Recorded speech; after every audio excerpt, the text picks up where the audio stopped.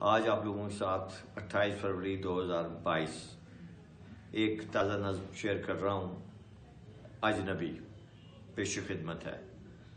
اجنبی ماحول تھا، کوئی جانتا نہ تھا، اس دیار یار میں جب ہم داخل ہوئے امین، ہر آنکھ نے دیکھا ہمیں، مگر پھر اپنی اپنی سوچ میں سارے مگن ہوئے۔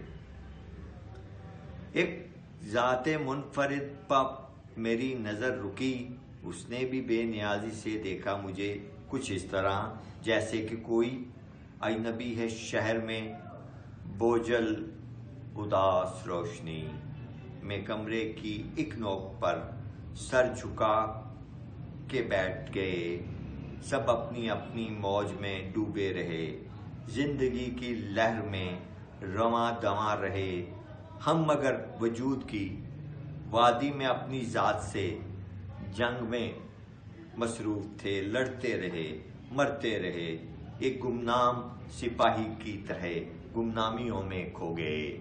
بہت شکریہ۔